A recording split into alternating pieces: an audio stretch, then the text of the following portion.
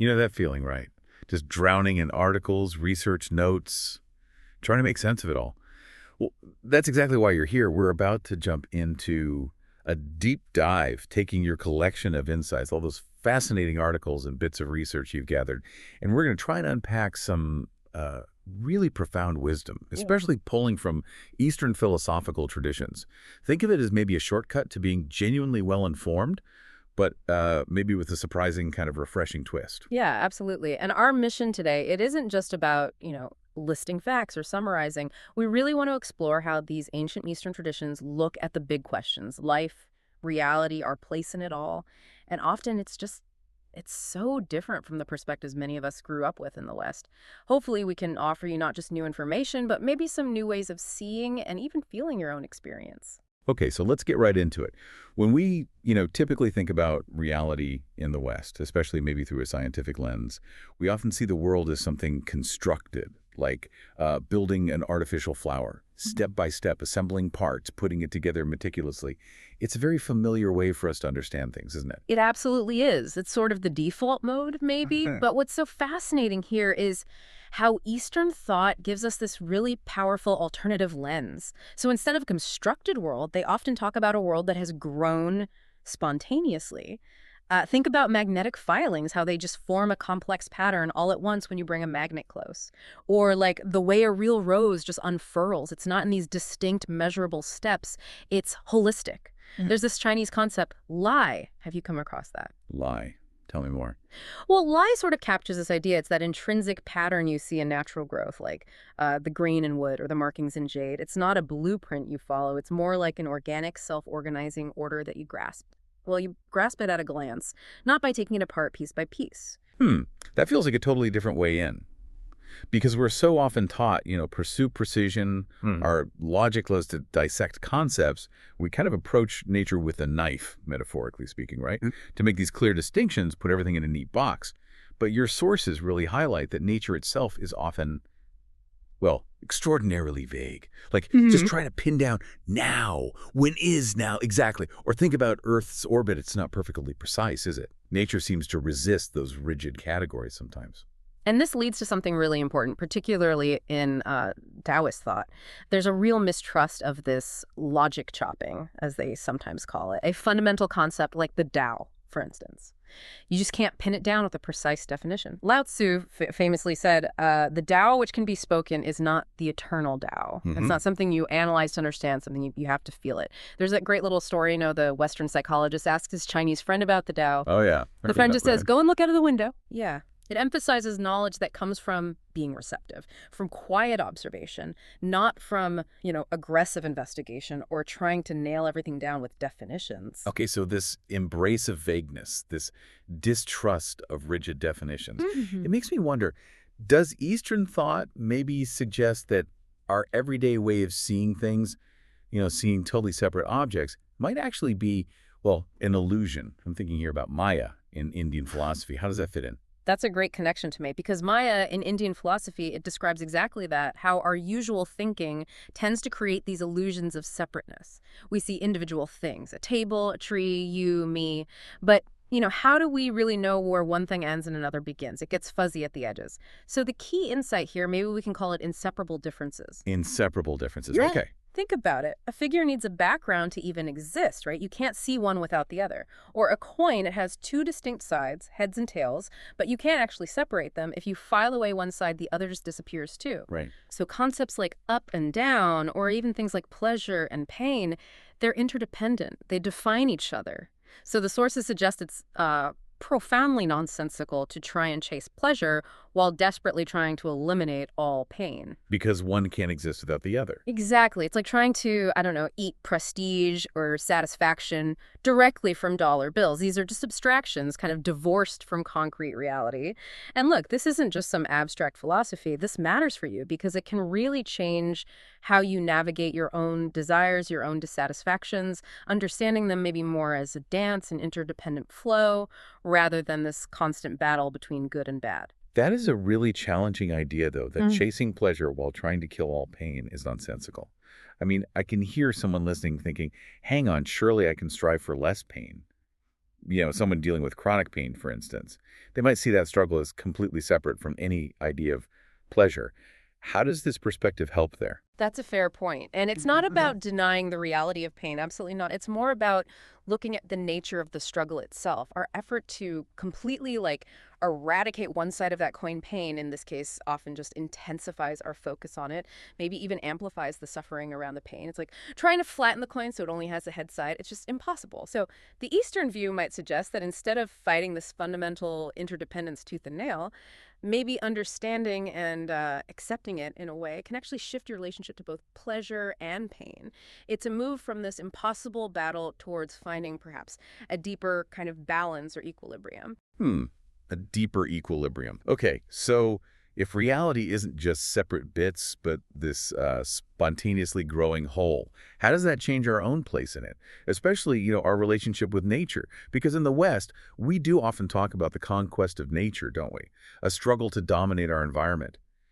And the sources suggest this might stem from a deep mistrust of our own animal and instinctual nature, almost like we're carrying some kind of original sin.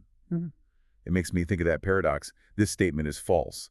It shows that anxiety of self-mistrust, right? A system that sort of ties itself in knots because it doesn't trust itself. Exactly. And if we connect that dot, Eastern philosophy offers this radically different view. Humans aren't separate from nature. We belong right in nature. You know that image in Chinese paintings, the tiny little poet or scholar almost lost in this vast landscape? Yeah, you feel their smallness, but also their connection. Precisely. They're not dominating, they're just fitting in. And the Chinese understanding of nature itself is fascinating. It literally means of itself. So, Right. like spontaneous processes, your heart beating, your hair growing, things that just happen. These are seen as fundamental processes that are, at their core, trustworthy. We don't make our heart beat, it just does. That's a powerful shift. But what happens when we fight that? When we try to exert absolute control over everything? Your sources mention the 100% tough guy often being the sign of inner weakness, like a bridge that's completely rigid. Yeah, you just crash in the wind, right? It needs flexibility, it needs to sway, to yield. And you've hit on a really core principle there, the strength of weakness. It's a philosophy Lao Tzu talked about beautifully. He observed, man at his birth is supple and tender, in death he is rigid and hard. So flexibility is life, rigidity is less alive. In a sense, yeah. He used analogies like water. You can slash at water with a knife, but it just yields, it's not wounded. Or think of a cat falling from a tree. It relaxes completely, goes limp, and often lands unharmed. The old relax into the fall idea. Exactly. And this principle is actually embodied in martial arts like judo and kendo. Judo literally means the gentle way, the gentle Tao. It's all about balance, yielding, and this kind of responsive flow state they call mochu, acting without conscious hesitation, without resisting. It's quite a profound lesson, isn't it? How often do you find yourself trying to just, muscle through problems in your own life? All the time. Right, when maybe yielding or going with the flow, finding that balance might actually be way more effective. That water analogy really sticks with me. I'm instantly thinking of times I've tried to just brute force something, and yeah, it often just creates more resistance and makes you realize how much energy we waste just fighting the current sometimes. And speaking of fighting, we often fight against time itself. Humanity, we really are time-binding animals, aren't we? Constantly projecting, planning. And it creates this chronic anxiety about time, as the notes say. We're like that donkey chasing the carrot on a stick. Future promises always seem more important than present happiness. It's a universal human struggle, I think. And the Eastern emphasis really counters this by focusing on living in a fully concrete present. There's a Buddhist saying, something like, spring does not become the summer. First there is spring, and then there is summer. Meaning each moment is complete. Exactly. Each moment is complete in itself, not just a stepping stone to the next thing. Think about listening to music.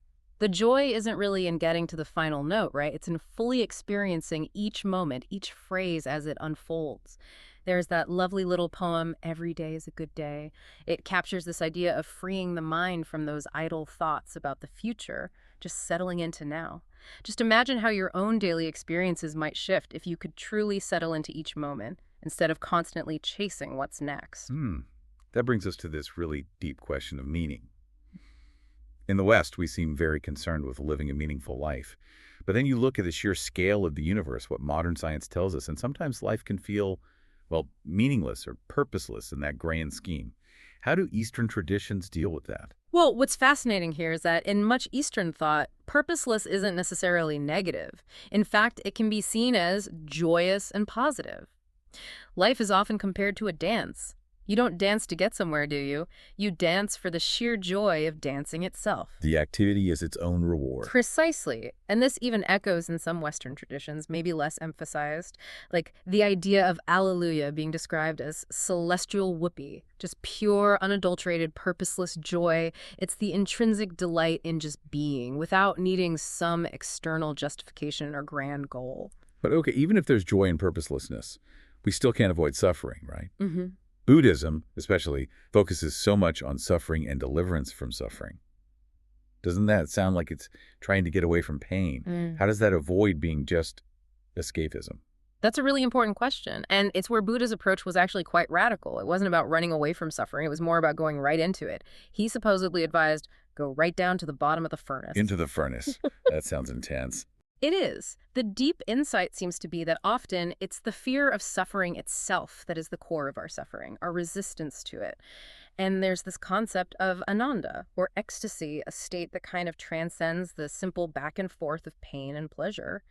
You see parallels in accounts of mystics like Saint Teresa, or even, reportedly, some women in natural childbirth who, through total acceptance, find that intense sensation transforms into something profound, maybe even joyful. So acceptance transforms the experience. It seems to change the relationship to it. Think about worry. Worry is always a vicious circle, right? We get afraid of being afraid. So accepting the fear, or maybe just tackling life one dish at a time, focusing on the immediate task instead of being overwhelmed by past regrets and future anxieties, that can actually lessen the overall suffering. It's not about pretending discomfort doesn't exist. It's about bravely looking at your own reactions to challenges rather than just automatically resisting them. That's a huge shift in perspective. It leads me, though, to maybe one of the most mind-bending Eastern ideas, that all life is fundamentally one. Yeah. How can you possibly experience that unity without losing all the distinct things, without everything just melting into, like, cosmic jello? Right, the cosmic jello fear, it's a common misconception. But the idea isn't that distinctions dissolve. It's more about seeing how the very differences of things manifest, shout out, advertise the underlying unity. Yeah. There's a story about someone seeing a particularly unique, maybe even ugly London taxi cab. Okay. And in its very specific, distinct ugliness, it suddenly revealed this truth. Its uniqueness screamed out its connection to the whole fabric of reality. Wow. So the difference highlights the unity. Paradoxically, yes. And this experience, this sudden shift in perception, is sometimes called satori in Zen. It's described as a moment where everything just feels absolutely right as it is now. The world seems to come alive. The feeling of being separate just vanishes. It's like realizing your skin isn't what divides you from the world. It's actually what joins you to it. It's where you meet the world. Yeah. Okay, so how do you get there? How do you achieve satori? Ah, well, that's the catch, isn't it? It's not really a goal you can grasp or achieve through effort. Remember the story of Bodhidharma and Ikar. Ikar desperately wanted peace of mind, and Bodhidharma kept putting him off. Peace only came when Ikar finally gave up trying to find it or grasp it. So you can't force it. Seems not. Practices like meditation, or guan, which is compared to a heron quietly observing water, waiting patiently, aren't about achieving something. They're more about non-thinking, about allowing the world to come to you without your constant mental interference, your judgments, your labels. It's about recognizing that your mind and the so-called external world aren't two separate things, but inseparable differences, like the two sides of the coin again. Ultimately, maybe the most liberating insight here is that the mystery of life is not a problem to be solved, but a reality to be experienced. Wow. Okay. This deep dive, it's really highlighted some fundamental contrasts, hasn't it? Seeing the world as grown versus constructed. Embracing a certain vagueness instead of chasing absolute precision. Feeling like you belong in nature versus needing to conquer it. Finding strength in softness, not just rigidity. Living fully now rather than always for the future. And finding real joy in purposelessness, not always needing a defined meaning for everything. It's quite a shift. It really is. And it's crucial to remember, like the sources point out, these insights often from a minority of sages in Asia. Historically, they aren't about saying our own culture is somehow wrong or bad. Not at all. It's more that they offer possible use to us.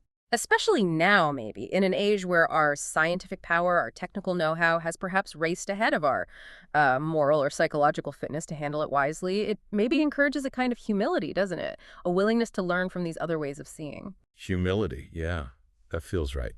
So what does this all boil down to for you listening right now?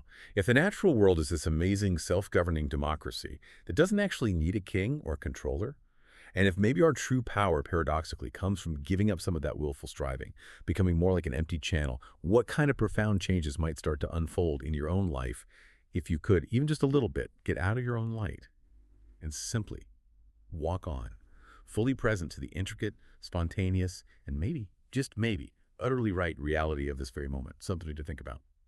Thank you for joining us on this deep dive.